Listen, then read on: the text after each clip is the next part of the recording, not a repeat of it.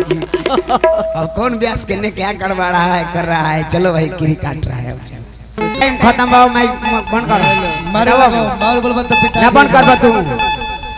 Operator के काम बाकी जोन मंडली चालू बा ओकर माइक में लाइन दी टिकुली से नो जान देवे के तंदे दे लोग रंडिया चलिए गई भड़ुआ चलिए गई तो बात खत्म है। दान करे के बाद सब फेंक दिया। आ ददिया ससुर के नाम बता दो के हो विश्वनाथ भगत भातार के मुकेश नाम भातार के मुकेश लो तक लाड़ खड़े नहीं होता है। भातार कहाँ से हो गया हमारा मुंह में चूसेगा तब जाके टाइट होगा। हेलो एगो भतार के चल तार से टाइम हो गइल बा तार बंद कर। ए भैया माइक बंद कर तो सब ओ मंडली के पहले माइक बंद करो तो है नहीं के लड़का हो से रखा मंडली के माइक बंद करो।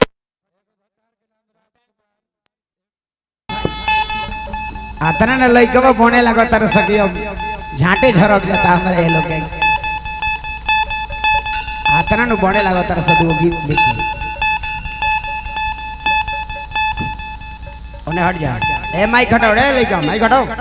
ये करबा बा बड़े बेंगवा रे बेंगवा खाली बाउर बोलबो ये करबा दोसर व्यवस्था नहीं के दम बात गीत के जवाब दो खाली बाउर मत ओ माइक बंद करो। ओ मंडली के टाइम खत्म बा माइक बंद करो। मारे बाउर बोल मत पिटा ना बंद कर तू। ऑपरेटर के काम बाकी जोन मंडली चालू बा ओकर माइक में लाइन दी देवी माई चक्र से बंद करा। गर्दन काट दो देवी माई चक्र से इनका गर्दन काट दो। ये खाली बाउर बोलता रही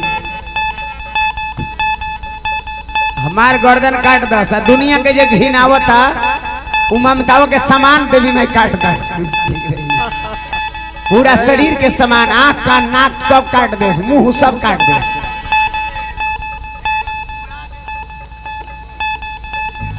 यार ब्रह्म ब्याजी ब्रह्म मेला है ब्रह्म मेला अच्छा अच्छा गीत सुनाइए गारागारी मत कीजिए नहीं तो पिटा जाइएगा। आप कौन बोल रहे हैं भैया किधर से बोल रहे हैं। कचकर्ता जी बोल रहे हैं कचकर्ता जी के सार बोल रहे हैं भाई किधर हैं आप किधर से बोल रहे हैं भाई हमको समझ में नहीं आ रहा है। हम मुकेश लोथा के पाहुन बोल रहे हैं नहीं समझ बैठो बैठो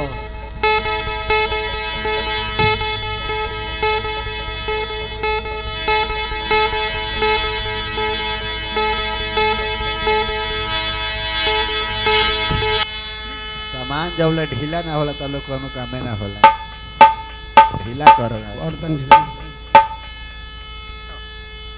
हर ब्यास हां मेन के तन गौर दे दिए भैया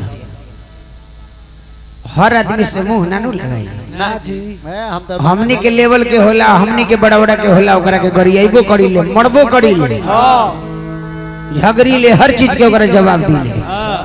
अइला और अच्छा से प्रोग्राम गावत नहीं अरे लइकन फैकन से जे हमरा भैया कहता ओकरा हर बात के हम जवाब ना दे जे स्वयं भैया पहले से ही कहता तेज के काम है सब अब बने लगता तो ये तो खराब लगता कोनो अपन लिखल गीत रही उससे 1000 गो गीत बाड़ी से दूसर के गीत गावल जाला। अरे वो घरिया हॉबीज बन के घुमत रहला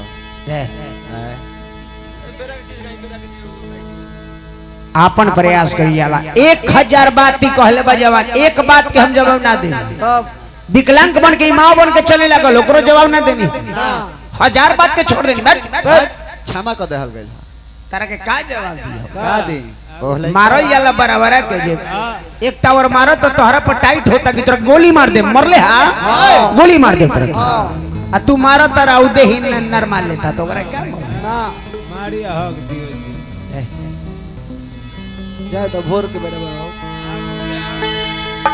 आ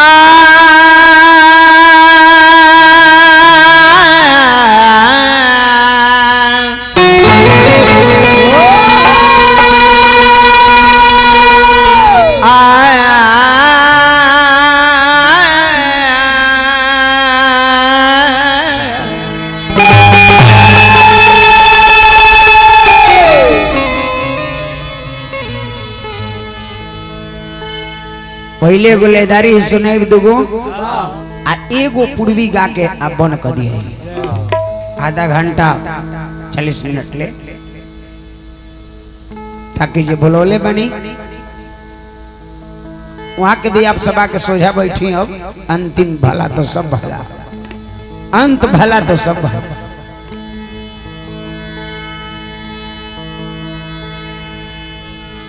पति पत्नी के वियोग बा,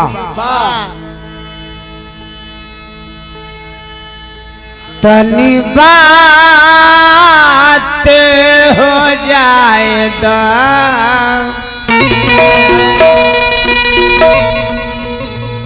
नया हो मेहरारू कहली मरद से कि सुनी सुनी तनी बात हो जाए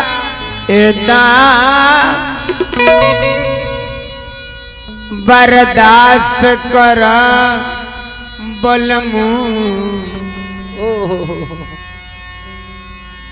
तनी रात हो जाए।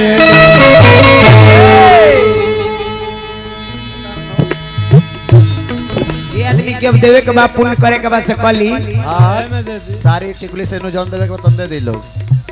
रंडिया चलिए गई, भड़ुआ चलिए गई, तो बात खत्म है। अब दान करे के बाद से अब फेंक दिया। हां बुढ़िया चली अब गई। खतरे के दूर पे चलिए। हां बुढ़ियो चल गई बुढ़ियो।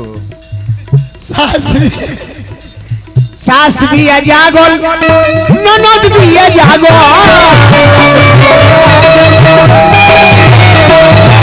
सास भी जागल ननद भी जागल, छोटा का देवारा टुक टुक ताका, लहुरा देवारा हो टुक टुक ताका,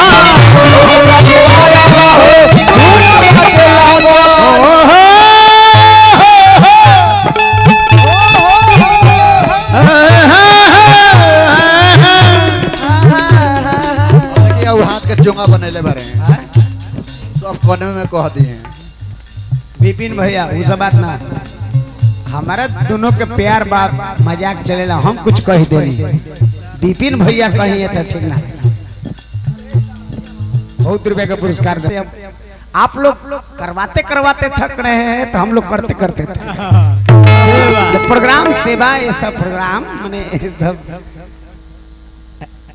आप लोग भी करते करते थक रहे हैं। आप लोग भी रोज आप भी बेचैन होंगे, फलना ब्यास फलना जगह आ रहा है, चलो चलो चलो। अंदिना में आप लोग भी व्यस्त रहते, शांति से रहते होंगे ना, लेकिन अभी तो आप लोग को भी बेचैनी होगा पूरा। शाम होता होगा तो कीरी जाग जाता होगा, कीरी काटने लगता होगा कि और कौन ब्यास करने क्या करवा रहा है, कर रहा है, चलो भाई कीरी काट रहा है। पेट्रोलर के तो कर्जा ले रात भर कारा करे भइल